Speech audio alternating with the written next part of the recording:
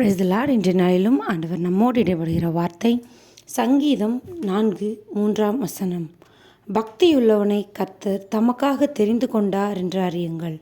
நான் கர்த்தரை நோக்கி கூப்பிடுகையில் அவர் கேட்பார். ஆமென். அன்பான தேவனுடைய பிள்ளைகளே, ஆண்டவர் தமக்காக எந்த மனுஷரை தெரிந்து கொள்கிறார் பாருங்கள்.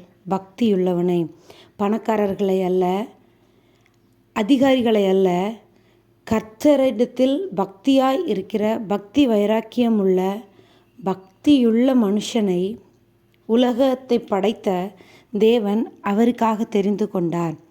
நாம் எப்படிப்பட்டவர்களாய் இருக்கிறோம்? அதே வசனத்தில் அடுத்த வரியை கவனித்து பாருங்கள். நான் கர்த்தரை நோக்கி கூப்பிடுகையில் அவர் கேட்பார்.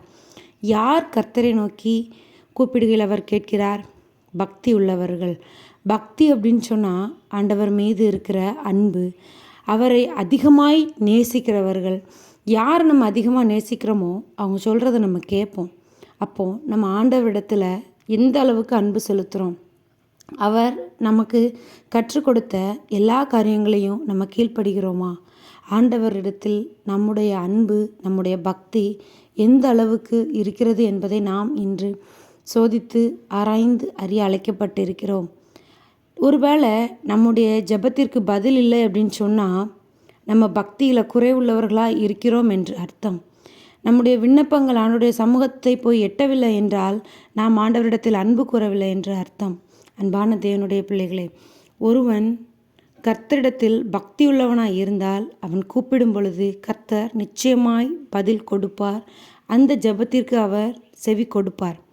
இன்றைக்கு அநேக காரியங்களை குறித்து கலங்கி கொண்டிருக்கிறோம். நம்மை நாம் நிதானித்து அறிய மறந்துவிட்டோம். ஆண்டவர் இன்றைக்கு நமக்கு நினைவுபடுத்துகிறார். என்னிடத்திலே பக்தி வைராக்கியம் உள்ளவர்களாக இருங்கள். ஆண்டவருக்காக நாம் என்ன செய்கிறோம்? ஒரு நிமிஷம் நம்ம யோசித்து பார்க்க அழைக்கப்பட்டிருக்கிறோம். வட மாநிலத்துக்கு போய் ஊழியம் செய்யணும், ஆண்டவர் அறியாத பிள்ளைங்க மத்தியில் ஆண்டவரை பற்றி அன்பாக இருக்கிறாருன்னு சொல்லி நம்ம ஆண்டவர் பக்கமாக அவங்கள ஆண்டவருடைய பிள்ளைகளை மாற்றணும்னு சொல்லி அவசியமே இல்லை.